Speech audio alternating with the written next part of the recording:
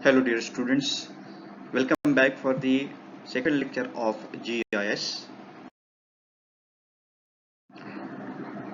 Now we will see what is the theoretical framework of GIS, what you can see here in the flow chart. First of all, there is any real world, we will try to get the output, but before that, whatever the information related to the real world, we need to feed it in the form of the raw data. So this data, what could be in the form of that, we are also going to see in types of the data and the data models in this lecture. After this, feeding this raw data into the softwares, there are many more softwares which will go for the data manipulations, and it goes for the analysis. After doing this analysis, we will get the output. Now, last time we have seen that the output will be most of the times in the form of the graphic displays or the digitized maps. After this, we will see now what are the different components of GIS. This is the most important part of the GIS, because in exam this question is likely to be asked. So there are basically five types of the components in many books. They are not same. In some of the books there may be three, there may be five, but on an average there are the five which are to be followed: hardware, then second software, the data, the people, and last one is the methods. So we will first of all see what is the meaning of hardware. As all of you are aware of what is the hardware meaning, because many things nowadays they are running on the one of the computer based systems. Most of the applications that we use are also supporting with the computer systems. So hardware is no longer unknown. We will see few systems part of GIS in the form of hardware. So in GIS, GIS relies mostly on the computer system, and it operates based on the different storage and the data which processes the hardware. Then many GIS softwares, they will be in the form of a small scale. GIS will need only a small personal computer to run on, but where there is a large large scale GIS is there, so we need enterprise wide system which will need larger computers, and along with that sometimes a host of client machines to support the multiple users. Then apart from this, there are a variety of other devices can be used to capture and feed the data into the system. So you can see here there are the scanners which will scan the existing paper maps, and which are the man-made drawings that also can be scanned. Secondly, these devices or scanner can scan the maps which are created by the GPS. So GPS here, uh, all of you have performed practicals using the GPS devices. So being user, what the device we are using, where we uh, mark the points that will establish the coordinates, and if you transform into the AutoCAD, it will create the map. Then there are some digitized tables which will be in the form of the chart. Now we'll come to the software. Basically GIS software provides the functions and tools which are needed to store, manage the data to be linked, then query, analyze the geographic data. The query, last time we have seen, there are many the questions that may be raised. For example, what happens if the sea level increases by 1 feet? So how much area is likely to get flooded? So just for example, what is the meaning of query? Then other software components are also required,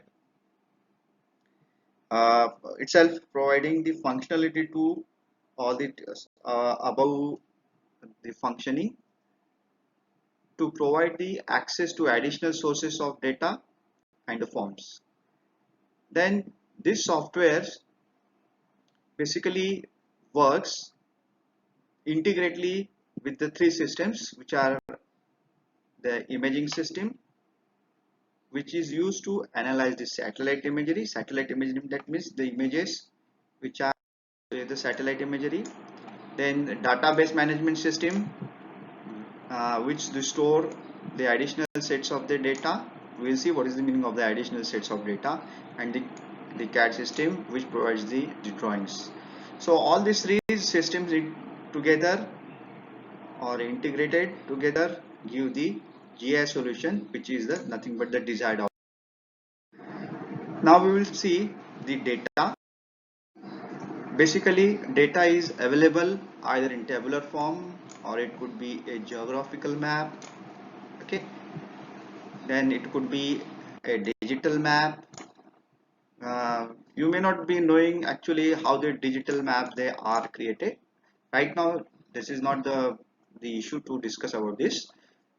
Then remotely sensed map. So the data can be collected from this. Now this geographic data and the related tabular data, it could be collected in-house. In-house is what it means. In the organization, it can be collected from the organization itself, or it could be purchased from a commercial data provider. And after this, the data is compiled to custom specifications and the requirements. So this data basically, uh, two types of the data. One is called the spatial, and the second one is the attribute. So attribute data is also called as the non-spatial. We are going to focus more on this spatial and attribute because this is the core of the GIS, and mostly the question will be coming on the what are the different types of the data and data models.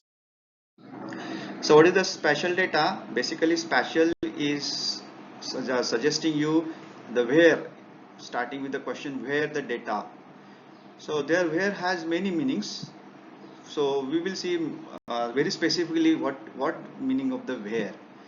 So the spatial data basically describes the absolute and relative location of geographic features. So for example, if you are standing, your friend is asking where you are, so that means your geographical location is needed to know. So it can be known by latitude and longitude. So there is the system we call it the coordinate system. So this system could be either absolute or the relative system. In other words, where we say it indicates the physical dimension of that particular object on the earth. So as I just spoken about, it is described by the coordinates. We are very much aware of this. The x and y is the coordinates. The data could be, when we say about data, so data could be about any feature. So what are the different objects? Many times we call it the feature, just like what you see in the topographic map. So what is a topographic object? Instead of you call it the topographic features. So these spatial features mostly they are described either point feature or line feature, area feature or surface feature. So we are looking all this the features in a moment. Then next, there are many more times question is asked what is the type of the data model. So basically, what are the representation of the different data? They are not the actual, but very close to the actual. This data we represent this in the form of either vector or raster data. Then after this, we will also see what is the meaning of spatial data in the form of discrete data and the continuous data. Second type is the attribute data. Attribute data is a non-special data, but attribute data has no separate meaning. Attribute, it says that which is related to the spatial itself, but it has the information in other forms. So objects in spatial database are defined as a representation of real world entities with associated attributes. So any object or feature on the ground surface which can be defined as a representation of the real world entities with associated attributes. That means it has attribute, means it has some value. So in the quantity wise it is expressed. So mostly it deals with the questions what is, then how, and when. So if you remember in the last lecture, the last slide, we have seen that the spatial data is mostly related where, location, but here it deals with the three questions: what, how, and when. Then the attribute data has the characteristics and give the descriptive information of the spatial feature. So as you told you, this what it is attribute, it is the descriptive information of the spatial feature. Then mostly it is referred to the tabular data. There are different forms of the attribute data which can be given in the different forms: object oriented, then relational data, the tabular form. But mostly uh, what we are going to see is the tabular form. Then here you can see in this table there are the rows and columns. So this here in this side these are the rows, and this the side it will be the columns. So if there are thousand number of the features on the surface, there will be thousand number of the rows, and each row having very specific feature having different information which are indicated in the number of the columns. Then each column here, they are called as the fields, and these fields nothing but the collective information that is uh, told to be the information of the any object or feature. Once you give the any identification to that particular features, the data type cannot be changed. Then it could be represented using the color, it could be represented in the form of texture, the linear or graphic symbols. Now we'll see the fourth component of this as a. Now if you see the people, mostly they are into two types. One is the users, which will be requiring the appropriate data, and accordingly they can take the decisions. Now users, system must be highly accessible and usable, otherwise it may not to be used effectively, or it may not be used at all. Okay, so what the users will be in the form of technical specialist, which are responsible mostly in designing the system and maintaining the system. And the second is the other type of the users which needs very specific answers to their questions. So therefore we can say that the other users are those who use the system to help them perform their everyday work. Last one is the when any system is said to be have successfully done operation, when any organization has well designed the implementation plan, and it follows some basic business rule by any other organization. Okay, so this is some picture imagery you can see here. So for example, how the data can be identified here and they are categorized. So this is the red spot. You can see here is the some kind of the object or feature. So having the all the red indicating one entity or one feature. So for example, it is showing the number of the wells. So this is my data and I need to represent this in the form of the coordinates. So first very question is the where it is. So a coordinate system, it gives you where. So it indicates your spatial data, and the second, it gives the many information.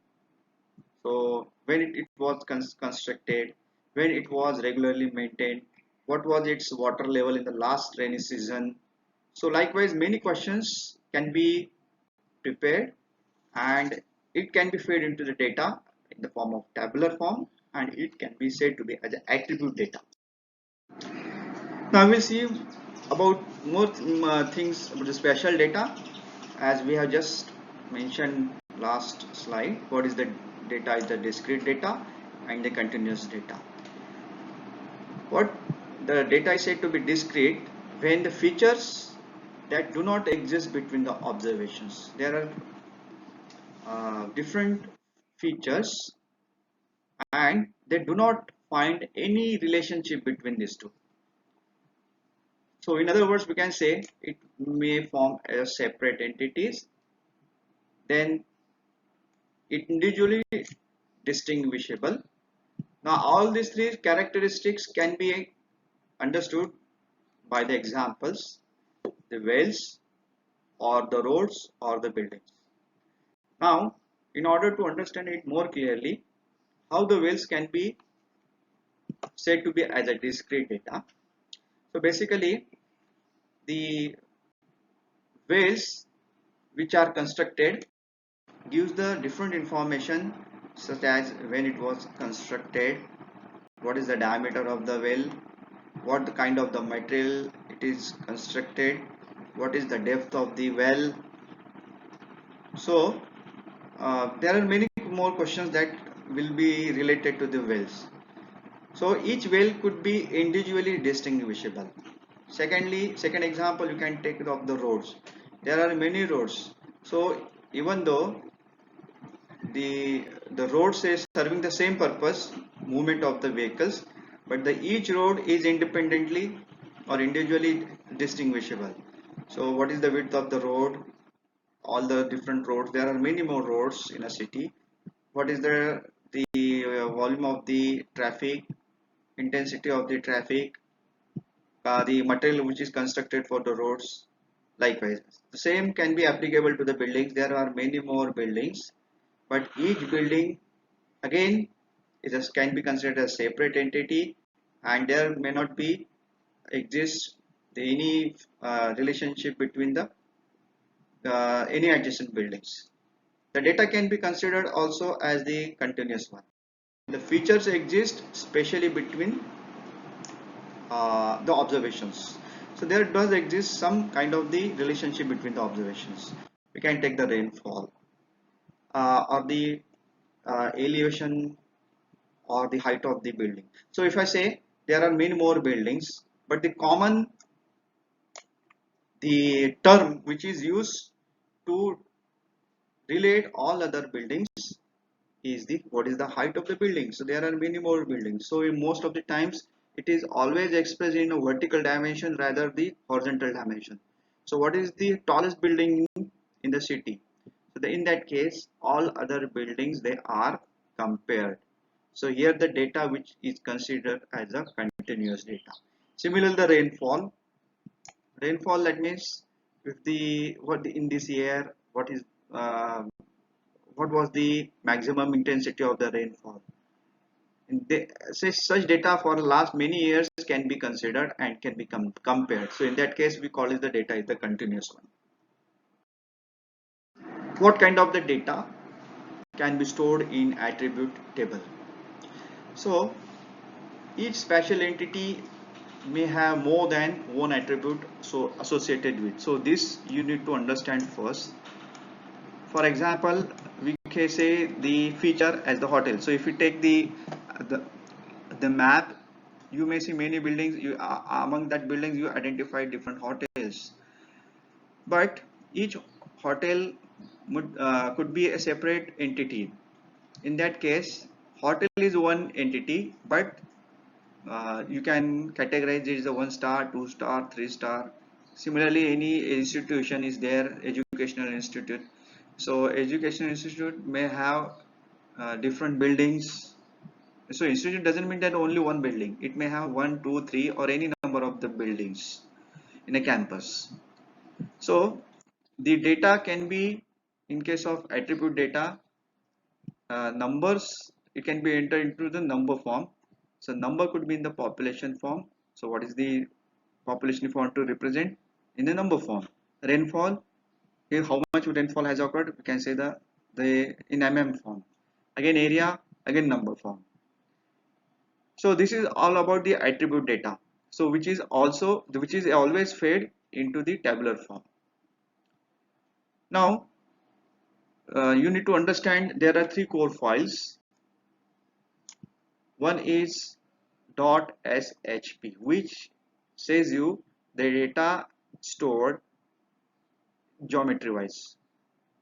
So what the geometry says you, where is the location, its size, its shape.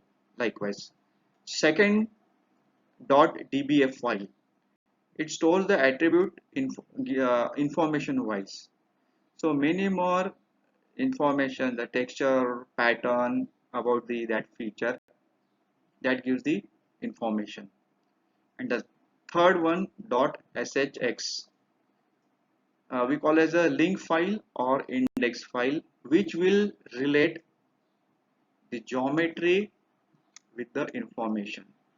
So this .sh file is as nothing but the a link file which is linking this together. For example, the cities.shp or then cities.dbf and cities.shx. So many number of the files that can be created. Now we'll come to the data model. This is the core of your GIS. What is the data model? Is a formalized, structured and consistent way to represent features in a computer system. So it must be very much formalized, then it will be well structured and consistently giving the output. The output should be very much consistent. Then it must be following some rules. So it is best when we say that it is formulated or formalized or structured, so it must be following some rules. When you follow these rules, then the feature will represent their structure. So basically there are two types of these structures. One is the vector structure and another is the raster structure. Now we'll talk about very first what is the vector data. We call it as a vector model or vector data, one and the same thing. Basically, whatever the different features you see in the real world, they can be brought into the forms as a point form, the line form and the area form. What is meaning of point form? Point form means, for example, there are many features which are only distributed point wise. So for example, there is a some the land parcel where there are different vegetations or number of the trees, 1 2 3 4 5 likewise. So what it indicates, even though it has not a point, but it can be considered point wise because it is not moving and it is a distribution more or less same features of all the points and close to each other. So therefore it is said to be as a zero dimensional. Then second is the line, which most of the times is the continuous one. You can see here, this is the continuous one. So continuous, when we talk about that, it need not be a straight line, it may take a curve like this. So this is nothing but your the line or polyline. What is the meaning of line or difference between line and polyline? Line is nothing but the if two points join together, that will be a line. But for example, there are many points likewise 1 2 3 likewise. and they are joined together. So this become your polyline. So which will have more than 1, 2, 3 and 4. So more than 2, there are now 4 number of the nodes. So this is said to be a one dimensional. Now you may ask that whether road is to be considered as a one dimensional, why it is not two dimensional. So mostly the line is to be considered when you have to show on a map as a network of the road. So in that case the line is sufficient to show how the road network is established. But if you specifically want how much the area occupied by this road in a city, so what in that case is very specific area calculation, then the length as well as the width, that together for the area calculations in a particular region you want to calculate. In that case the area for the road you can consider. Same can be applied for the river also. Now next one is the area or polygon. It is two dimensional. So you can see this picture image where the city or any town can be divided into number of the zones. So suppose you want to commercial zone, residential zone, industrial zone. Likewise, if you are divided, you divide the land into different parcels. So here parcels is nothing but the area. And when it is said to be polygon, it need not be only the square one. It could take suppose like this. So it can be divided into this area 1, 2, 3, 4, 5. So along this you can join and forming closed loop. That is nothing but your polygon, because the system doesn't know the curve, it only knows the node points.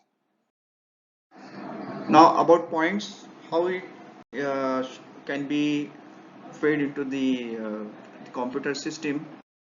Actually, these are the points which are distributed geographically, what you can see here, geography location in the real world, and it can be described. So let us say 1, and it can be described by the coordinate system x1 y1.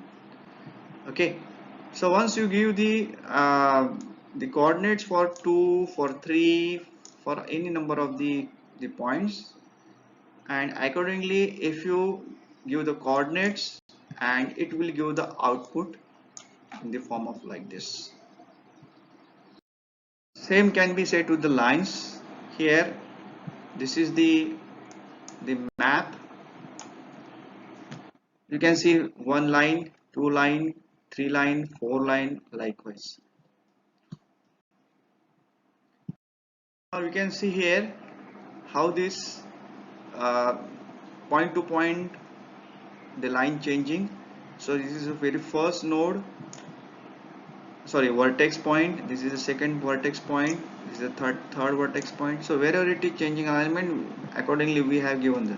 But there is, when there is a cross, you can see there we can say as a node, which is indicated by the blue line. So what you can see here now 1, 2, 3, 4.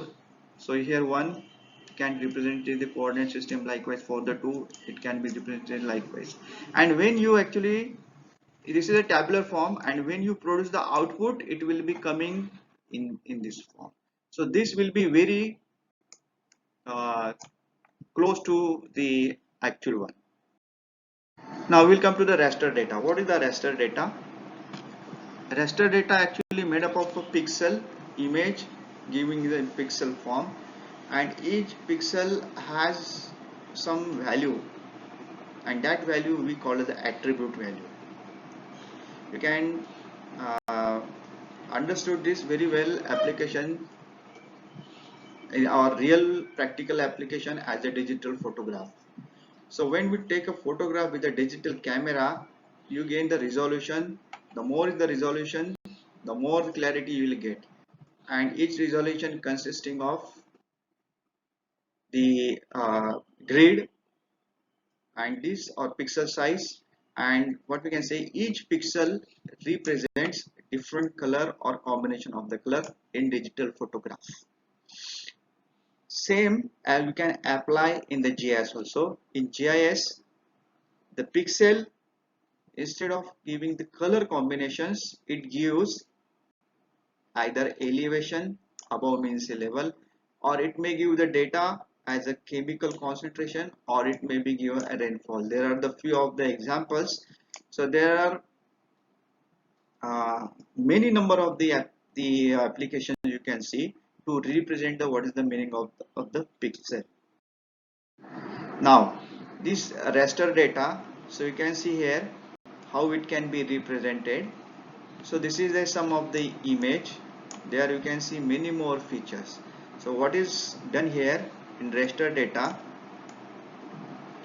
you create a grid. So what is this? As a grid, and each node having some dimensions, and secondly each the grid has some attribute value, and this attribute value here, for example, here is given as a 1, and this one has given as a 1,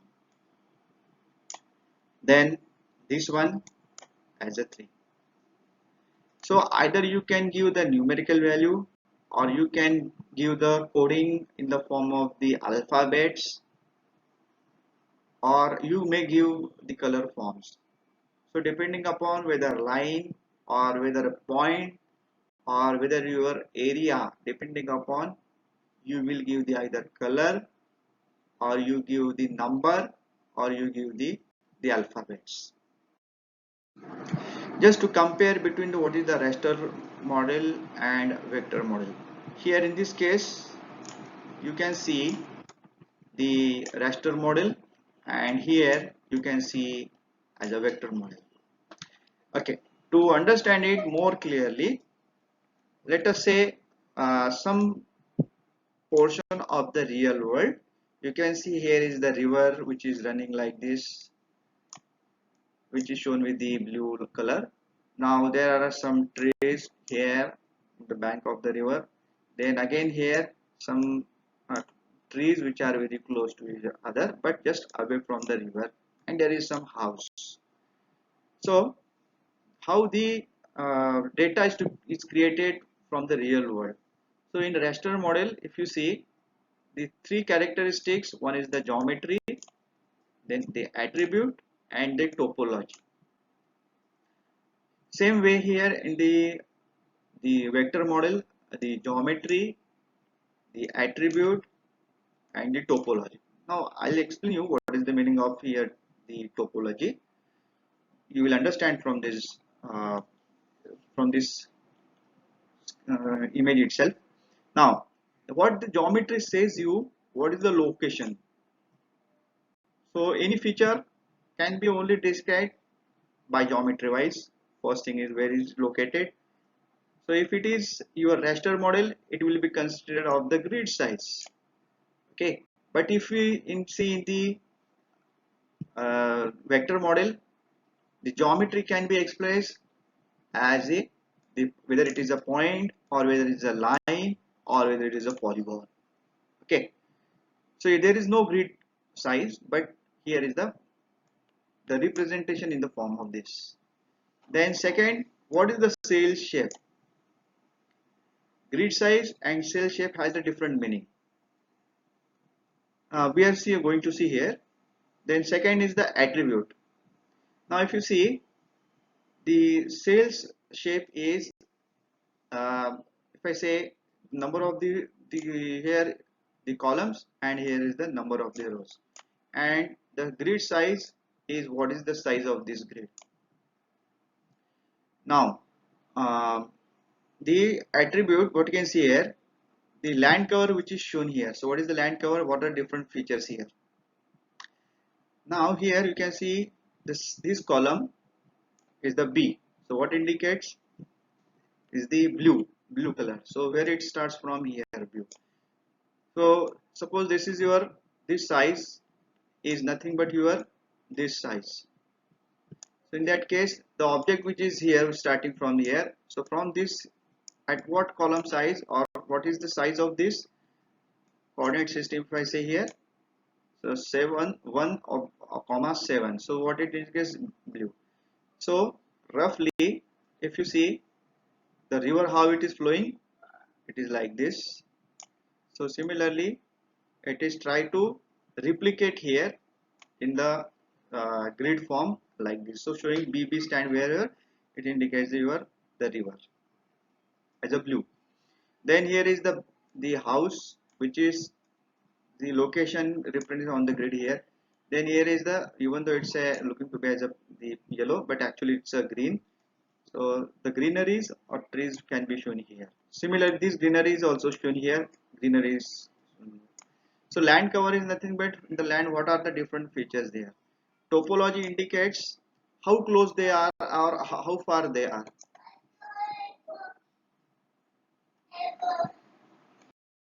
So you understood what is.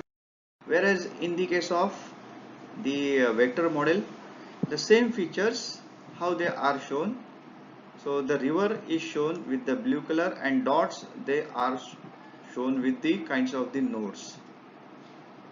Likewise, similarly, this is the line, then the house is there, so the only one individual entity here is the as a house, so therefore it is shown as a the point form data.